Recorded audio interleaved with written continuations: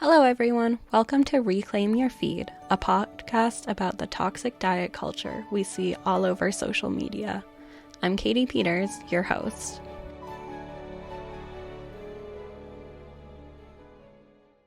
Today, we're going to be talking about something that has been popularized over social media over the past couple years, GLP-1 injections. We're going to get into the good, the bad, the ugly.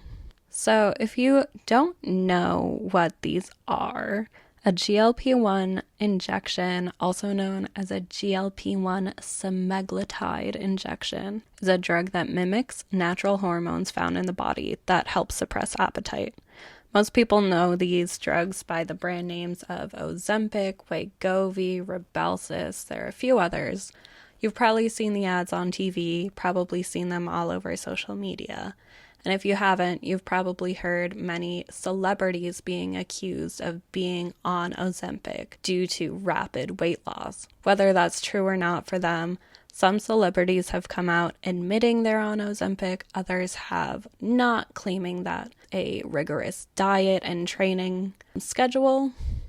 But nevertheless, it doesn't stop the internet of accusing people who have undergone a lot of weight loss of taking these sorts of drugs to help them lose weight. The main goal of prescribing these drugs is for patients to lose weight. The hormones that these injections mimic make the brain think it's fuller for longer, so people on these medications tend to eat less. The result is a rapid loss of weight. In 2017, Ozempic was approved by the FDA to help treat type 2 diabetes. This is for people who were struggling with losing weight in a more traditional sense. So they were prescribed Ozempic to help them lose weight to help manage their type 2 diabetes. In 2021, the drug Wegovy was approved by the FDA to treat adults with obesity and at least one other comorbid condition, like heart disease. A comorbid condition is pretty much a condition that comes with another condition. So with obesity, there comes heart disease, high blood pressure, hypertension. So you had to be diagnosed with another condition related to obesity and also be technically considered obese, which is a term that I have a lot of feelings about. I think in the medical field, terms like overweight and obese are automatically assumed to mean unhealthy when that isn't always the case. There are plenty of people who are medically considered overweight who are perfectly healthy and can live perfectly healthy lives and are in no danger of having any other conditions as long as, they maintain their lifestyle. So I think when we talk about things like obesity and being overweight, there's an automatic assumption that that means unhealthy. And I don't think it does. So with Wegovy, since patients did not need to be diagnosed with type 2 diabetes to be prescribed the drug, it was easier for patients to get a prescription for it. Though the company that produces the drug does not encourage off-label uses of it, that did not stop the flood of influential people from doing so. By mid-2022, it was almost impossible to fill a prescription for Wegovy because of the sheer amount of people prescribed it and the lack of supply. I heard a lot of discussion on social media around this time of people who were prescribed things like Ozempic and Wegovy for weight loss, either to help treat their type 2 diabetes or because they were struggling losing weight, and they were unable to get these medications. And this was around the time that a lot of influencers and a lot of celebrities started mysteriously losing rapid amounts of weight at a rapid pace. And so people kind of connected the dots that, all of these influencers are losing a bunch of weight really fast, and there was all of a sudden a shortage of these drugs that make people lose weight really fast. So the shortage was kind of equated to influencers and celebrity culture taking something that was meant for a specific purpose for people who really needed it and using it as a shortcut to look a certain way. Now, whether that is the entire story or not, we'll never know for sure, because some people owned up to using Ozempic to lose weight. Not people who necessarily needed it, but influencers and celebrities who wanted to lose weight quick. Others claim not to be on Ozempic, and, we can take their word for it, or you cannot. There's no way to really tell. I would give people the benefit of the doubt, but, you don't have to. So a lot of people were really upset on social media around this time, and that's when a lot of the memes about Ozempic, celebrities being on Ozempic, kind of started popping up over social media. Celebrities like Post Malone, Lana Del Rey were being accused of being on GLP-1 injections. Now, because of this shortage, the FDA approved certain labs to compound GLP-1 semaglutide injections. Compounding basically means that it allows medical professionals to take active ingredients of certain medications, alter it in some way, then sell that altered version of the drug.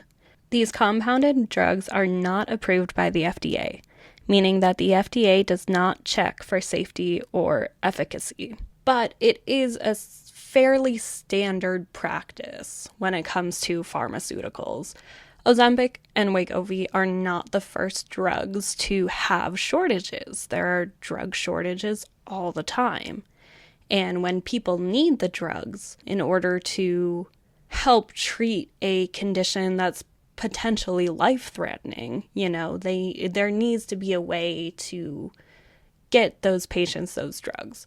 So compounding is not a new thing. It is not a thing that the FDA did just for this drug. It is a standard practice. So one of these companies that is compounding Ozempic and Wegovy is the company Hims and Hers Inc. You may know them as Hims or Hers.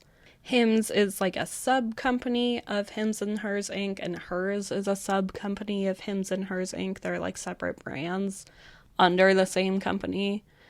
And you may know them from a couple years ago when they were advertising that you could get prescribed things like antidepressants and erectile dysfunction medications prescribed to you and sent to you in the mail after a Zoom call with a psychiatrist or a nurse or some sort of medical professional. And it was advertised as an easy way to get certain prescriptions without needing to go through the hassle of going to a doctor's office or paying a copay or going to a pharmacy, which obviously is a barrier for a lot of people when it comes to a lot of young people not having great access to health insurance or doctor's office visits being incredibly expensive or needing to take time off of work to go to the pharmacy while the pharmacy is open. Those are big barriers. So having a way to get medications that you might need through the mail, online, on your own time, that is generally, in my opinion, a good thing. So, Hims and Hers Inc. has taken to compounding Ozempic and Wegovy and is now a huge, huge, huge selling point for them. I've been getting Hers ads like crazy across all of my social media platforms. There was a solid day where every single YouTube video I went to go watch, and I watch a lot of YouTube videos. I put it on in the background when I'm doing homework, when I'm gaming, when I'm getting ready in the morning. If I'm trying to focus on something, I need background noise, I am putting on a YouTube video. There was a solid day where every single YouTube video I tried to watch, there was a Hers GLP-1 injection ad in front of the video. And I couldn't skip it. It was an unskippable ad. So I have been getting bombarded with these Hers ads. I see them on TV. I see them on Instagram. I see them on TikTok. They are absolutely everywhere. I don't know how big their marketing budget is, but they are relentlessly marketing their GLP-1 injections to people like me. You know, I'm a 25-year-old woman. I'm assuming I'm their target demographic. I can only assume that they're targeting these ads to women 18 to 30, probably older as well. These ads have been absolutely everywhere. So let's get into what their GLP-1 injections are like and what other options they offer on their website. So currently on Hers website, Ozempic costs $1,799 per month, and Wegovy costs $1,999 per month, and they're both in a limited supply because of the high demand of these products. That's an insane cost. Most regular people cannot afford that at all. So their compounded GLP-1 injection, which is advertised as having the same ingredients as Ozempic, only costs $199 a month and is in a guaranteed supply.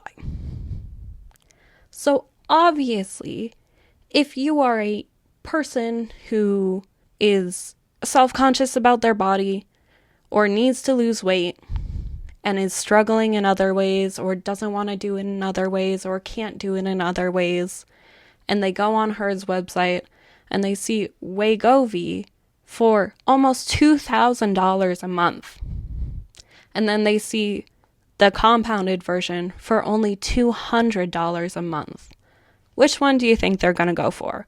Obviously, the $200 a month. Like, that is an absolute no-brainer. The cost of these things is just, like, absolutely baffling to me. Like, I cannot wrap my head around how expensive these things are. And I remember, like, I've had experiences where I've been at the pharmacy or I've needed a medication and the cost is just insane to me. And if there was a cheaper option that was like a tenth of the cost, obviously I would take that. So, like, I certainly don't blame people for picking the more affordable option. $200 a month is still a lot, but it's so much more affordable than $2,000 a month. That's crazy to me. So, since these compounded versions have been everywhere, people are posting on social media about their Ozempic journey, quote unquote, Ozempic journey.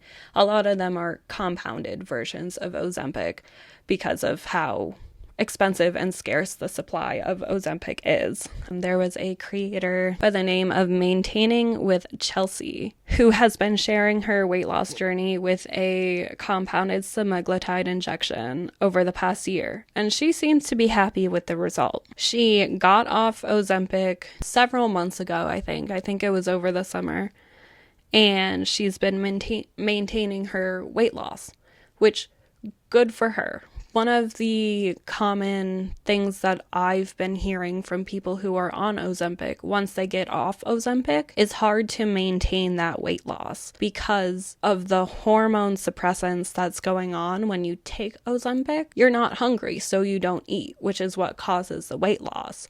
When you get off Ozempic, those hormone suppressants aren't there. So your hormones theoretically go back to a more normal level, which means you'll be hungrier than compared to when you were on Ozempic or another Ozempic-like product. So to be able to maintain that weight loss, that's impressive. And that's something that I've heard as like a negative thing when people come off Ozempic is they just gain the weight right back because they struggle to maintain the weight loss because they're hungrier, because obviously people get hungry. Another thing with Maintaining with Chelsea, I've noticed on some of her posts when she was on the compounded semaglutide injections is that she was sponsored by the company of the injection she was taking. So yeah, she has amazing, great, wonderful things to say about these injections and this company, but she was also sponsored by them. So, take that with a grain of salt. Other users, such as Emma Looney, have called out hers for relentless promotion of a rapid weight loss medication to potentially impressionable girls and women through social media, which I totally agree with. I mentioned earlier how I have been relentlessly advertised these products over and over and over and over again across all my social media platforms, and it's exhausting. And as someone who has recovered from an eating disorder, I've absolutely no interest in doing anything that would suppress my appetite to make me eat less in order to lose weight. Because I've been there, I've done that. Oh my God, it was one of the worst periods in my life. It was horrible, and I'll get into more of that a little bit at the end. But anything that would mimic that and that time in my life, I absolutely do not want to go there. So I did a little more digging into Hims and Hers Inc. when it comes to their GLP-1 compounded semaglutide injections, and I decided to look at their Better Business Bureau page and look at some reviews from people who have actually used their product. If you don't know the BBB website, customers can go on and write public reviews for other customers to go and look at. And it's on a third-party website. The company can't go in and delete certain negative reviews. They're just all up there for everyone to see. And I found some really interesting things. One user wrote on the BBB website on October 19th that they were on one of the company's compounded weight loss medications. It was only after the first month on the medication that they realized that the medication was in fact compounded and therefore not reviewed by the FDA. Feeling uncomfortable with this, the user stopped taking the medication and attempted to get some money back for the unused product. The person ended their review by saying, quote, "I feel deceived and lied to." End quote. The user also claimed that hers does not effectively provide information pertaining to the safety of hers compounded products. On October 17th, another user wrote another complaint. This user was approved for a kit of weight loss medications. This is a common strategy of the company of prescribing several medications at once to help target several different issues. The user unknowingly received medications for depression and addiction treatment in their kit. The two other medications in the kit, one which was supposed to be a semaglutide, did not live up to expectations. Another user who wrote a review on October 18th claimed that the company never informed them of what medications they were approved of until they paid for it. Before being able to ask the company's doctor about interactions of the drugs being prescribed, they had to pay for the prescription. Once paid, the user found it difficult to cancel the subscription. This is also not an uncommon review. I read so many different reviews of users finding it incredibly hard to cancel their subscription once they started paying for not only the weight loss medications, but also antidepressants, ED pills, anything like that. People found it incredibly hard to cancel their subscription.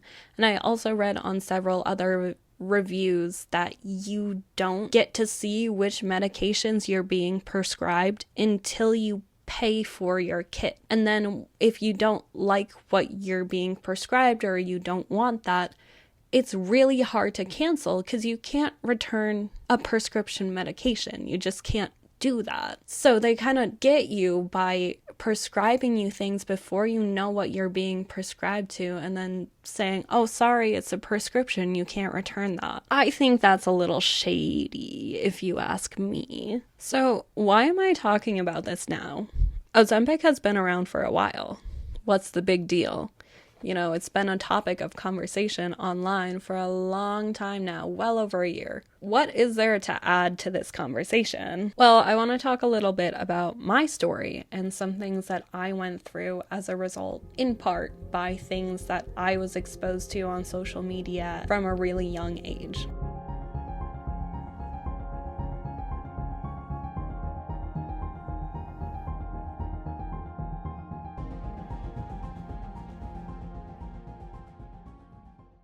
Back in 2012, I was a young teen with a Tumblr addiction, much like many other young girls that age around that time. Tumblr was huge.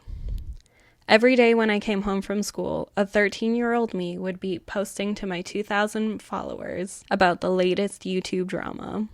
It was the first social media site I had access to, other than Facebook. Facebook doesn't really count. One thing I liked about Tumblr is I could post, but no one really knew the true me. On Facebook and Instagram, you're posting to your friends, you're posting to your family. On sites like Tumblr, you're posting to people who have similar interests as you. You may never met these people in person. So I fell in love with Tumblr because I could just post about some stupid YouTube drama, and a lot of other people who also liked those YouTubers or didn't like those YouTubers would interact with those posts. And I had a little community of people. And if you know anything about Tumblr, you know there are a lot of different sides of Tumblr, a lot of different niches on Tumblr. And another thing that was extremely popular on that site at that time was a niche called Thinspiration. If you were on Tumblr around that time, you know exactly what I'm talking about. It was essentially a hashtag people used to post pictures of dangerously thin young women, along with diet and exercise tips on how to achieve that look. This sort of aesthetic, I hate calling it that, but that was what it was referred to. A Tumblr chic aesthetic of extremely, extremely thin women in a grunge style that was quote unquote the look that everyone wanted. And since I was on Tumblr all the time, I saw these things, even though I wasn't in those niches. That wasn't my specific style of content that I was posting. It was very popular on the site, so obviously it seeped into my feed. And a more dangerous side of this Thinspiration was a niche called pro-ana, or pro-anorexia. This side of Tumblr was full of, quote, diets, if you could even call them that consisted of less than 500 calories a day. The less calories, the better in this community. I fell victim to this side of Tumblr. Among other things in my life at the time, having these dangerous eating habits so normalized on the social media platform that I scrolled through every day made me think that there was nothing wrong with restricting myself to 100 calories every day. By the time I was 14, I was dangerously underweight. My first 2 years of high school, I was not allowed to participate in gym class or extracurricular sports because my heart was so weak from malnutrition. What happens on social media does not stay on social media. When drastic weight loss measures are normalized through social media, they are normalized for everyone. Influencers who promote these injections can hope that they are reaching the right audience, but some of those videos are gonna end up on the For You page of some teen girl who's struggling with her body image. Those Hers ads are gonna be at the start of a YouTube video she wants to watch, or in the middle of her friend's Instagram story she's trying to click through. I don't want people in that position, the position I was in many years ago, to think that extreme weight loss is a normal thing that people regularly do, because it's not, and it should not be. So when we talk about Ozempic and Wegovy and we make jokes about it on social media, and we accuse extremely thin people of being on these drugs and kind of joking about it as like a cheat code to weight loss, a shortcut to weight loss. We may think that we're just posting that for our friends, and we may think that we're just posting that for the people in our niche, in our community, and the people who are able to receive that and laugh at it or find some humor in it. But that's not the case with things like TikTok. When we post something about Ozempic being a cheat code or a shortcut to weight loss, we're posting that for everyone. We're posting that for impressionable young girls who are going to take that and internalize that and think, okay, I need to lose weight. I need to look like that because that is the beauty standard. And to do that, I need to be on Ozempic, and I need to be on Wegovy, and I need to starve myself so I can look like that. And that is in no way okay. That kind of content is similar to what made me start to have an eating disorder. And that eating disorder took me like 6 years to recover from. Eating disorders are the most deadly mental illness, because not only are you at such a low place about yourself, your health is in danger. There are a lot of effects on the heart, on the brain, on the body, bones, muscles. It really takes everything out of your body to have an eating disorder and to fight an eating disorder, and recovering from an eating disorder is so hard. I don't want us to create another space online like the 2012 to 2014 Tumblr era when we normalized anorexia. I do not want to see that repeat on TikTok when it comes to things like Ozempic and Wegovy.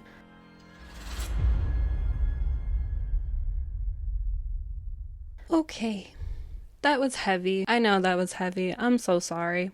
Actually, no, I'm not. It needed to be said. We need to have these serious conversations. If you stayed around this long, I want to thank you for listening to my first episode of Reclaim Your Feed. I hope you enjoyed our little discussion of GLP-1 injections. Do you have an opinion on this? Have you experienced something similar to this? I would love to hear your thoughts down in the comments. Join us next time when we'll explore more toxic diet culture straight from my social media feed to yours.